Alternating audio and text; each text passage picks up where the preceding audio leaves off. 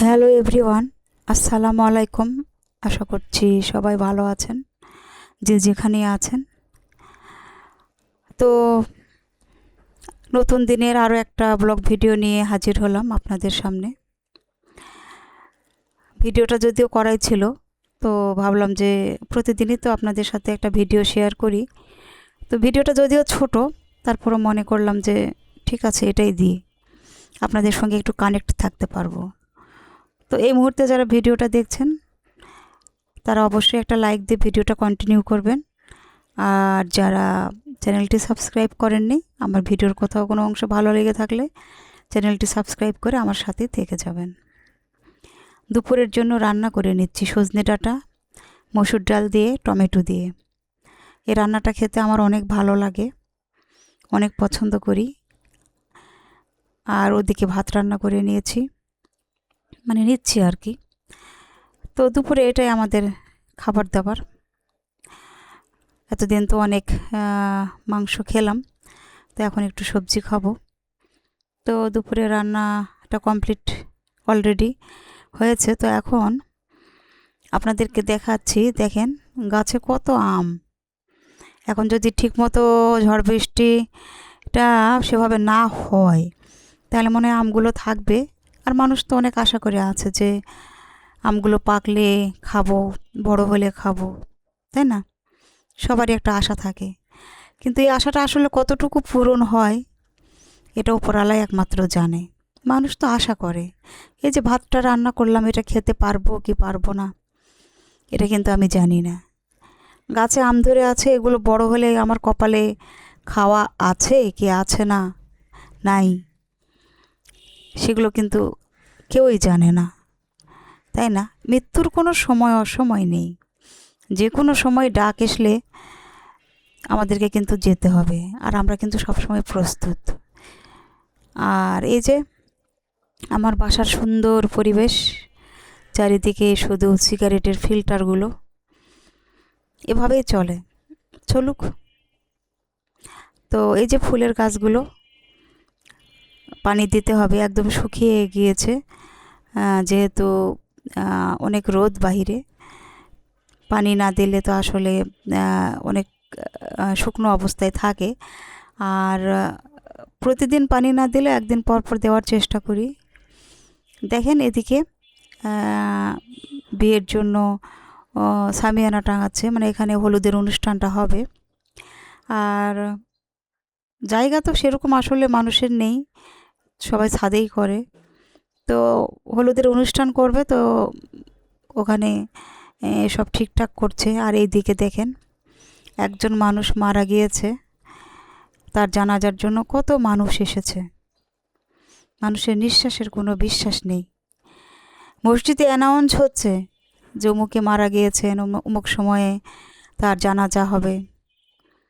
কবর খোঁড়া হচ্ছে, কবরের জন্য মানে যা যা জিনিস দরকার, চাটাই, বাঁশ, কাঠ, সব কিছু নিয়ে সে রেডি করে রেখেছে।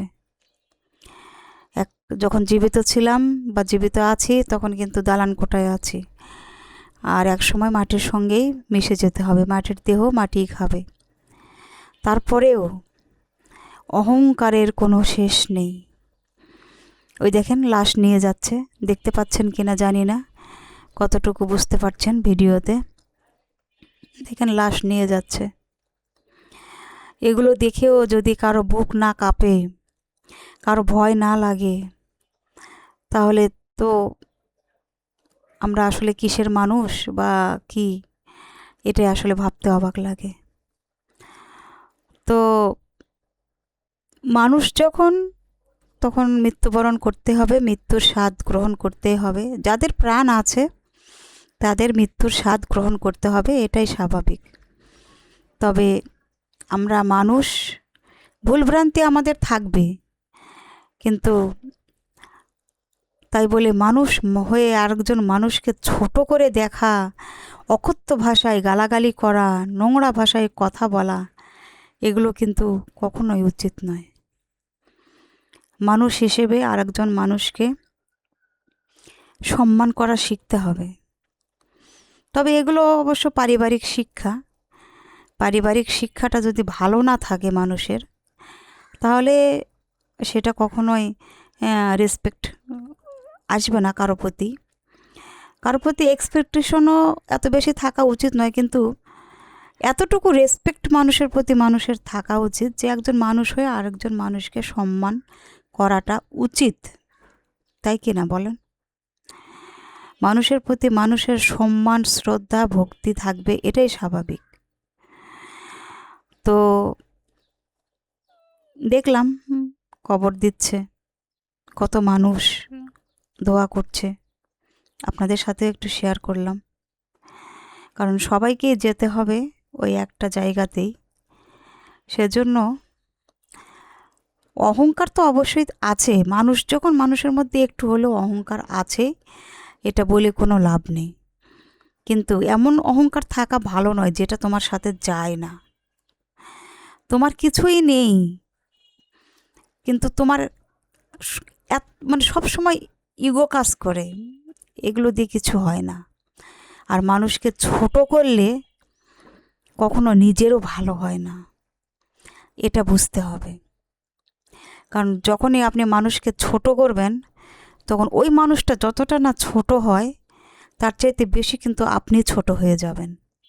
সেই জন্য একজন মানুষ হয়ে আরেকজন মানুষকে সম্মান করাটা শিখতে হবে। সবাইকে নিচু চোখে দেখাটা বন্ধ করতে হবে। মানুষকে সম্মান করতে হবে, ভালোবাসতে হবে, মানুষের প্রতি মানুষের শ্রদ্ধা ভক্তি থাকতে হবে।